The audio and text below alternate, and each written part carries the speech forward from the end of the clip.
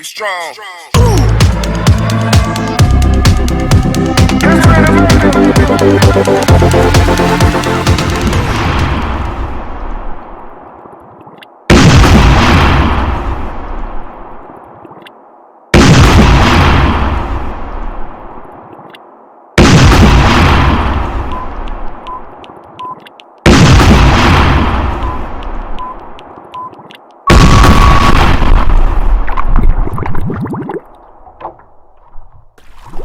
Minggu lalu kita telah belajar mengenai energi potensial.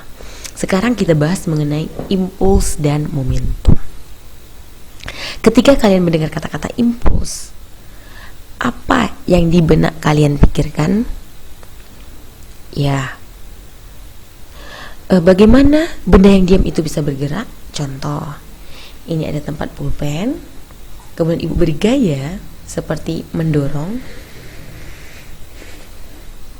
maka tempat pulpen ini akan bergerak, atau ibu tarik. Kan gaya itu kan tarikan atau dorongan. Paham ya? Benda yang diam bisa bergerak akibat adanya gaya. Jadi, ketika gaya tendangan kita menendang bola sehingga bola itu bergerak, itu disebut dengan gaya impulsif. Ya. Jadi gaya impulsif ini adalah mewakili percepatan dan membuat bola itu semakin cepat bergeraknya.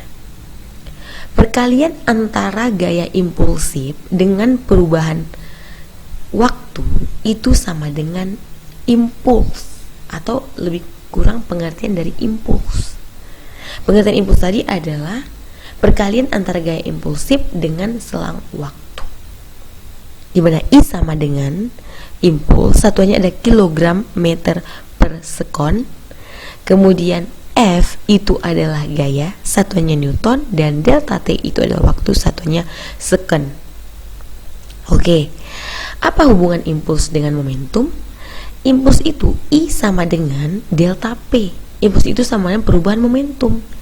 Jadi I sama dengan P2 dikurang P1. P2 itu momentum akhir, P1 itu momentum awal. Satuan momentum itu sama dengan satuan impuls, yaitu kilogram meter per sekon atau newton sekon. Oke. Kemudian bagaimana aplikasi kehidupan sehari-hari mengenai impuls ini? Jadi contohnya itu adalah saat kita menendang bola. Kenapa pemain bola itu ketika menendang bola kakinya tidak terasa sakit dibanding misalnya teman kalian Fajar menendang batu? Ayo, ada yang bisa jawab? Ya. Jadi, ibu jawab ya. Itu diakibatkan pemain bola merasa kakinya tidak sakit menendang bola, itu akibat gaya kontak yang terjadi antara kaki pemain bola dengan bola itu berselang waktu yang sangat besar, sehingga gaya hasilnya kecil. Artinya apa? Waktu menempel kaki ke bola itu lama waktunya, nak. Sehingga gaya yang dihasilkan kecil. Kenapa? Karena dia berbanding terbalik sesuai dengan rumus impuls. Semakin besar waktunya, maka semakin kecil gaya yang dihasilkan. Oke, bagaimana pula dengan si Fajar yang menendang batu? Pada saat Fajar menendang batu, itu kakinya, gaya kontak kaki Fajar menendang batu itu dalam waktu yang sangat cepat, sehingga kakinya terasa sakit. Semakin kecil waktunya, maka semakin besar gaya yang dihasilkan. Berbanding terbalik dengan F, waktu berbanding terbalik dengan F. Begitu ya. Sama juga pada saat karateka mau memukul lawan dengan cepat dengan kepalan tangan yang lurus. Jadi gaya kontak tangan memukul badan lawan itu sangat cepat, sehingga badan lawan itu terasa sakit. Oke. Sekarang kita masuk mengenai momentum. Apa itu momentum?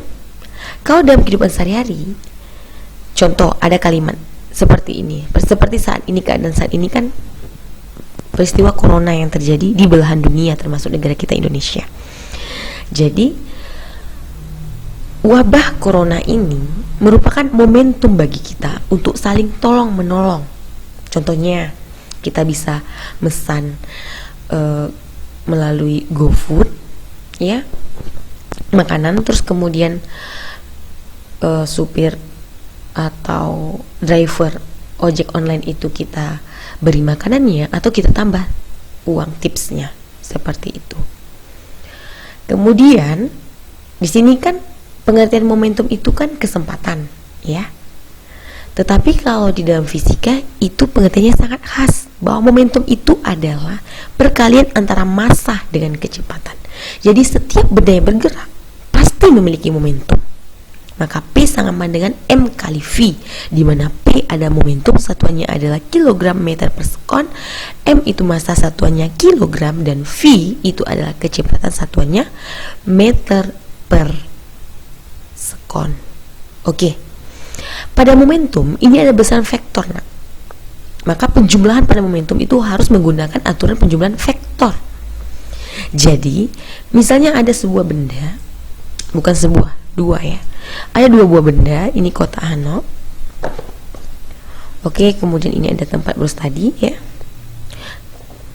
Jadi ketika dua buah benda ini arahnya itu berlawanan, satu arahnya ke kiri dan satu arahnya adalah ke kanan, maka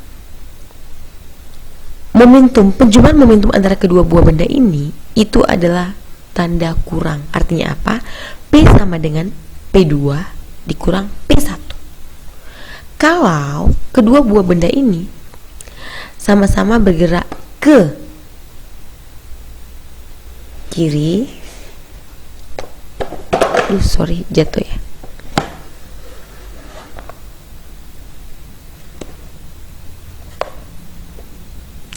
Maka hasilnya ada positif, ya, hasilnya adalah positif. Kenapa? Karena dia searah. Berarti P sama dengan P1 ditambah P2. Bagaimana kalau dua buah benda ini, yang satu itu adalah ke kanan, yang satu itu menuju ke depan atau utara? Maka ini kita menggunakan vektor. Maka P sama dengan akar P1 kuadrat ditambah P2 kuadrat ditambah 2 P1 P2 cos alpha.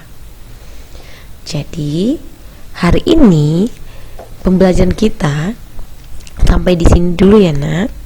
Semoga kalian pahami. Kalau kalian tidak paham, kalian bisa chat ibu melalui WA pribadi.